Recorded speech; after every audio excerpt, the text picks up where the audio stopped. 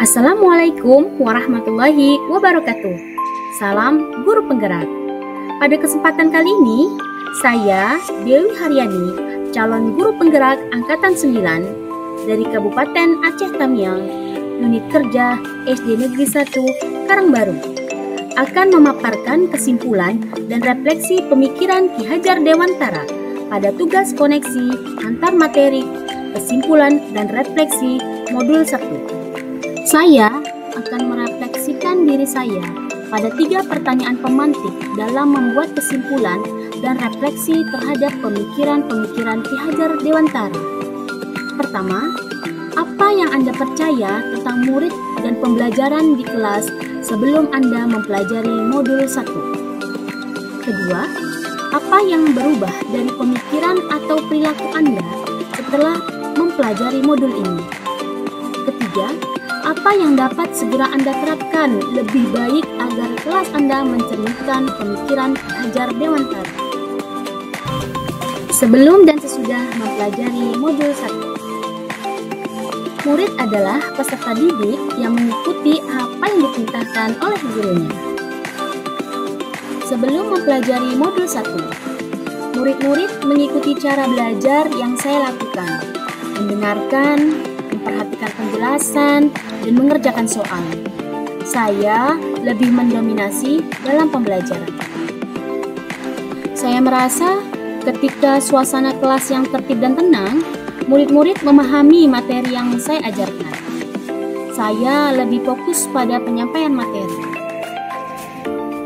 Setelah mempelajari modul 1, yang berubah dari diri saya adalah saya menyadari bahwa murid itu sebagai subjeknya pembelajaran.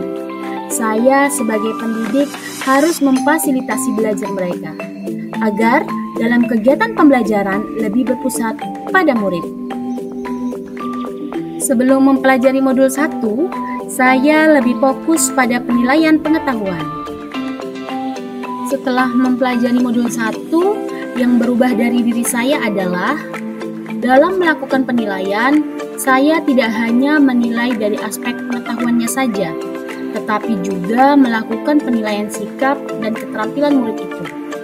Karena dari ketiga aspek penilaian tersebut tidak dapat dipisahkan dalam menentukan keberhasilan belajar murid. Sebagai umpan balik, saya melakukan evaluasi diri atas pembelajaran yang sudah dilakukan, serta menumbuhkan sikap budi pekerti murid. Sebelum mempelajari modul 1, saya belum memahami karakteristik murid.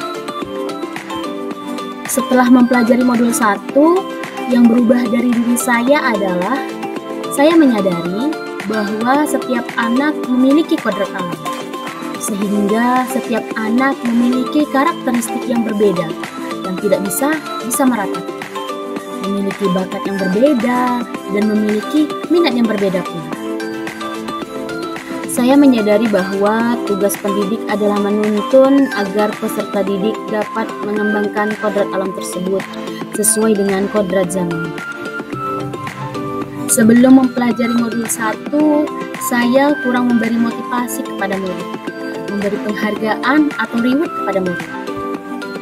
Setelah mempelajari modul 1, yang berubah dari diri saya adalah saya mempersiapkan pembelajaran yang lebih menarik agar motivasi murid dalam belajar meningkat, serta memanfaatkan lingkungan sekolah sebagai tempat belajar. Kemudian mengapresiasi murid dengan ucapan yang membangun dan memberi semangat dalam belajar.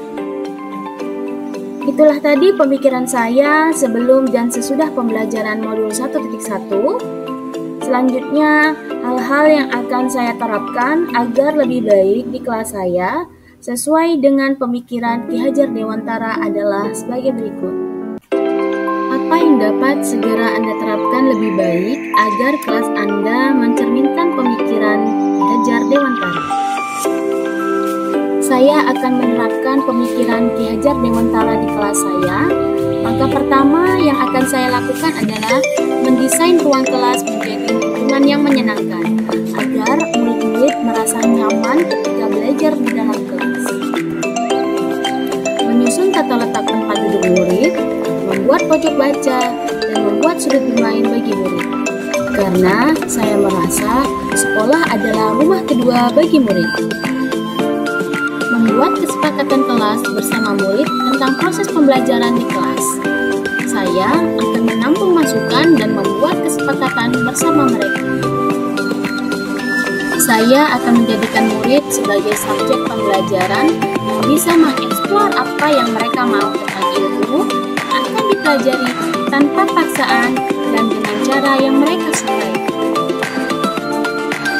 Saya akan terus berusaha untuk mengembangkan diri dalam menguasai strategi pembelajaran yang sesuai dengan kodrat zaman untuk melatih 6 kecakapan abad ke-21 yang dikenal dengan istilah 6C: karakter, citizenship, critical thinking, collaboration, dan communication.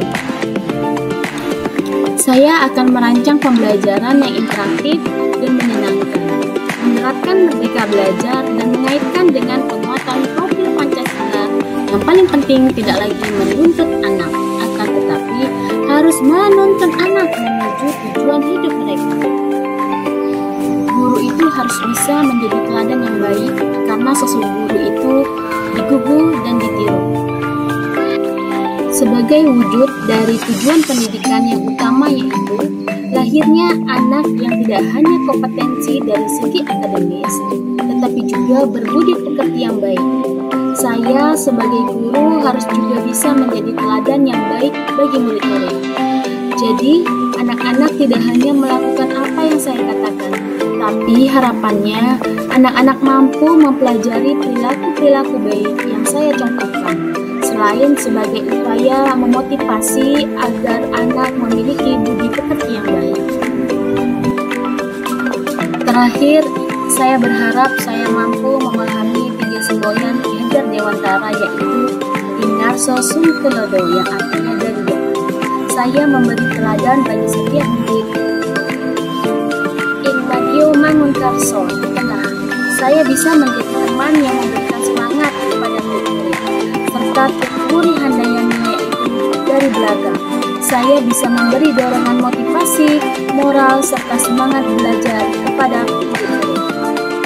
Kesimpulan yang dapat saya sampaikan yaitu dasar-dasar pemikiran dari Ki Hajar Dewantara harus segera kita terapkan dalam proses pembelajaran di kelas ataupun di sekolah. Di antaranya, pendidikan adalah menuntun anak sesuai dengan minat dan bakatnya. Pendidikan bukan hanya ilmu akademis, namun perlu penanaman budi pekerti yang baik. Kemudian pendidikan sejatinya adalah menghamba pada anak. Demikianlah pemaparan saya tentang koneksi antar materi pemikiran filosofi Ki Hajar Dewantara.